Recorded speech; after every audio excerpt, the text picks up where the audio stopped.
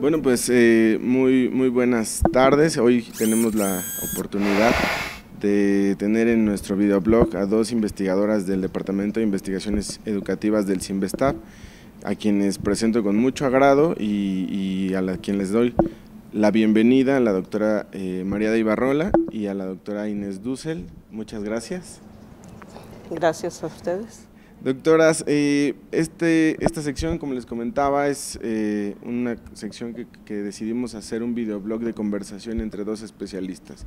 El centro de nuestra conversación es la escuela. Yo quisiera preguntarles, de entrada, ¿cuál es la definición o el concepto que hoy tenemos que imaginar muchos de los mexicanos sobre qué es la escuela y, en su perspectiva, cómo va a ser en el futuro?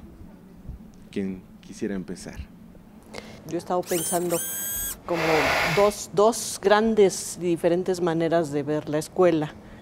Una, para mí, la que más trabajo y la que más analizo es la escuela dentro de un sistema muy complejo. La escuela primaria, secundaria, media superior, preescolar, superior, universitaria, todo tipo de un sistema realmente complejo, o la escuela en su vida cotidiana, que es la relación de un grupo de alumnos, un grupo de niños, un grupo de jóvenes, un grupo de ya más adultos, entre sí y con adultos que son los profesores, con funciones muy específicas de aprendizaje, de enseñanza, pero también con toda esta parte del sistema que es cada vez más complicada, ¿no? Obligatoria, secuenciada, graduada, certificada. Entonces, eso sería ir. Una tercera visión, si me podría yo atrever a decirla, es el tiempo que ocupa en la vida de los niños, de los jóvenes y de sus padres, ¿no? Y de los maestros que trabajan ahí, claro. Claro. Doctora Inés. Yo creo que la escuela ha tenido distintas formas. Históricamente, si uno piensa que tienen en común, no sé, la escuela de Atenas o la escuela de los escribas fenicios o lo que tenemos hoy. Bueno, lo que tienen en común es que es un tiempo y un espacio separados que tienen que ver con la transmisión y el aprendizaje de ciertos saberes específicos, y yo creo que este punto, y que es un espacio público, nosotros aprendemos todo el tiempo y nos enseñan de manera implícita y explícita todo el tiempo, la televisión, el trabajo, la vida cotidiana. Sin embargo, lo que la escuela hace, me parece a mí que no lo hacen otras instituciones. Y eso tiene que ver con un tipo de demanda de conocimiento diferente. Por ejemplo, aprender a argumentar, aprender a escribir, aprender a tener una distancia respecto a ese conocimiento, ¿no? A reflexionarlo. Yo creo que, y al mismo tiempo, esta otra parte del espacio público también me parece central. Yo trabajo nuevas tecnologías y uno, por supuesto, y se argumenta, los niños aprenden mucho más solos que con la escuela. Bueno, aprenden ciertas cosas, pero otras cosas no aprenden. Y me parece a mí que la escuela, en este campo y en otros, es un buen ejemplo de lo que la escuela podría hacer. No siempre lo hace, ¿no? Pero que tiene que introducir otras preguntas, tiene que introducir otra demanda. Bueno, ¿cómo lo hiciste? ¿Se puede hacer mejor? Aprende de otros que lo hicieron así. Mira estas otras cuestiones. Aprende de tus compañeros, y no en el sentido de que aprendemos jugando un videojuego, sino realmente sistemáticamente, pensando, alejándonos y volviéndonos a acercar a ver cómo lo hizo y lo puedo hacer distinto. Me parece que este tipo de trabajo es central. El Departamento de Investigaciones Educativas tiene un amplio trabajo, al que pertenecen ustedes, un amplio trabajo de investigación, sobre pues la complejización que tiene hoy en día este ente, como lo hemos llamado. ¿Por qué nos tendríamos que preguntar, maestras, doctoras, cuál es el futuro de esta escuela? ¿Por qué es oportuno hoy en día preguntarnos cuál es el futuro de la escuela? Bueno, yo creo que no es una pregunta de esta época nada más. Creo que es una pregunta que se hace continuamente. El futuro pensado desde la planeación de la escolaridad en México, del gran sistema educativo, se ha ido planteando un futuro cada vez más escolarizado, cada vez más obligatorio. Ya tenemos obligatorio preescolar, la primaria, la secundaria y ahora la media superior. Y y uno se pregunta, bueno, ¿y qué más obligatoriedad se va a proponer a futuro, no? Cuando las preguntas deberían de ir por otro lado, en dónde más se puede aprender, qué otro tipo de soluciones podemos dar, sobre todo para los jóvenes, para los adolescentes y los jóvenes que a veces manifiestan rechazo a la escuela. Creo que tendríamos que pensar no solo en el futuro de la escuela, sino en el futuro en general de la educación de los jóvenes y de la cantidad de dimensiones que podríamos considerar educativas más allá de este espacio escolar que yo planteaba como muy burocratizado, muy jerarquizado, todo se tiene que certificar, no puedes pasar de un grado a otro sin haber cumplido con los requisitos del anterior. Por un lado, una escuela muy burocratizada, por otro, la escuela que plantea Inés, que es digamos, el espacio ideal del aprendizaje, el espacio público, el espacio de la interacción con otros niños, con otros adultos, sobre todo con el conocimiento sistemático. Y me parece que hay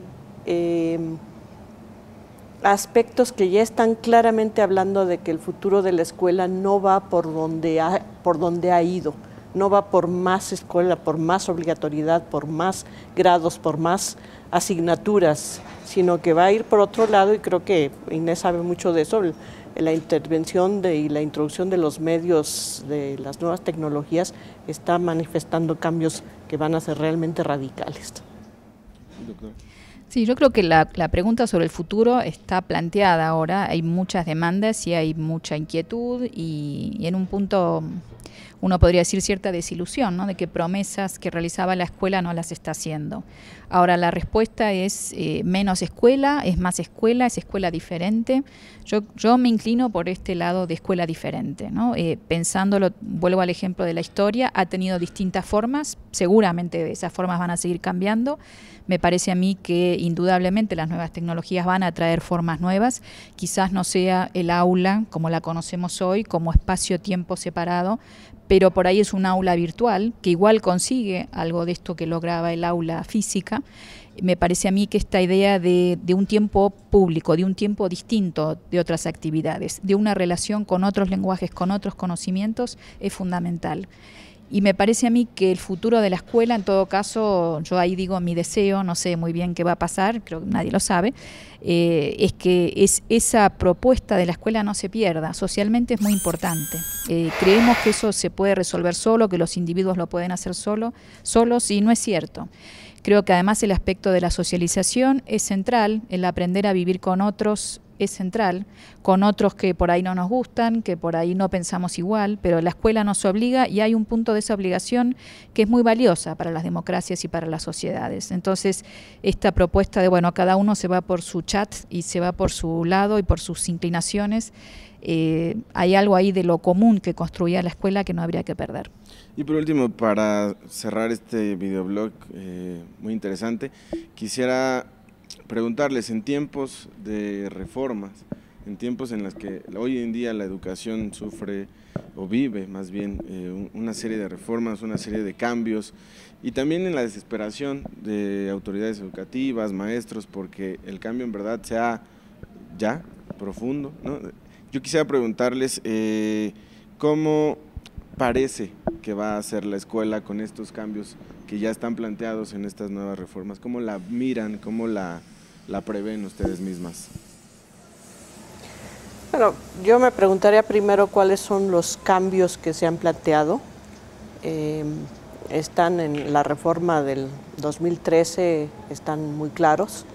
Hay una nueva estrategia importante para la gestión de las escuelas públicas, muy centrada en la evaluación y la selección de los maestros, con digamos, el planteamiento, sobre todo me parece que el fundamental y el que puede traer más cambios sería el del ingreso, la promoción y la permanencia de los maestros conforme a nuevos criterios y nuevos estándares. Estaría la evaluación continua, la capacitación continua, pero eso es muy centrado en el tipo de escuelas que tenemos, ¿no? Es la idea de que la escuela como como este tipo de organización que no funciona muy bien, vamos a meterle una medida realmente drástica para que los maestros funcionen como queremos que funcionen. Es una reforma que tiene muy poca imaginación, que tiene muy poca confianza en los maestros, que son los actores principales, y que se va a tardar en implementarse, se va a tardar como cualquier tipo de reforma. Podríamos pensar que de aquí a que todos los maestros pasen por evaluaciones de este tipo, pues va a pasar algún tiempo. Y por otra parte, que los cambios, lo que pasa en la vida cotidiana en las escuelas no siempre es lo que pretenden las leyes, ¿no? Entonces, digamos que yo diría que por donde hay que pensar el futuro de esta escuela, que también describe Inés como un espacio de transmisión de conocimiento, de socialización, de relación con los otros, de aprendizaje de la democracia, pues este tipo de reformas no creo que esté especialmente centrado en ello. Todavía nos hace falta pensar con más innovación y con más imaginación cómo podríamos lograr que nuestras nuevas generaciones puedan adquirir este tipo de valores. Y sin negar que la escuela ha hecho un papel muy importante, ¿no? O sea, no puedo imaginar a las sociedades actuales y a las generaciones actuales sin haber aprendido a leer en la escuela, sin haber aprendido sobre los elementos de la ciencia, de las aritméticas, de la historia propia. O sea, todo esto es importante, pero me parece que en estos momentos está ganando la parte de la burocracia sobre la parte de la imaginación y de la innovación. Estoy completamente de acuerdo con lo que dice María. Me parece que estas reformas tratan de hacer mejor lo que tenemos, pero que creo que lo que tenemos hay que repensarlo, y de hecho en muchos lugares se está buscando repensar eso. Ahora, ¿cómo lo repensamos? Yo creo que va a llevar su tiempo, ¿no? Las escuelas y las sociedades, a veces hay hecatombes, hay revoluciones, ¿no? Hay como detenciones y volver a barajar de nuevo, pero en general son cambios mucho más graduales, y creo que estamos en uno de esos cambios graduales. En todo caso, ojalá que se sume a estos debates de cómo hacemos una escuela mejor, más justa, más eficiente, no en términos de una eficiencia burocrática, sino realmente como una responsabilidad pública, ¿no? Que los que estamos ahí, que los niños aprendan, ¿no? Que los que están trabajando, trabajen, este tipo de cuestiones que son básicas y que hoy todavía cuesta reafirmar, pero al mismo tiempo habría que ir avanzando en esto que María llama la imaginación de otras formas. Cómo introducimos las nuevas tecnologías. Lamentablemente muchas veces hoy se introducen como más de lo mismo, y no me refiero a que una introducción distinta sería necesariamente traer los videojuegos, ¿no? Sino más bien pensar formas de aprendizaje, formas de trabajo diferentes, ¿no? Que realmente den un tiempo y un tipo de reflexión diferente. Pues es un debate profundo que se tiene que seguir haciendo. Agradezco mucho que nos hayan dado un poquito de su experiencia, y también que de su conversación, para poder mostrárselo a nuestro público. Y pues les agradezco. Los dejamos a todos en los siguientes contenidos que pueden observar en avanceperspectiva.sinvestap.mx. Muchísimas gracias. Gracias a ustedes. Muchas gracias.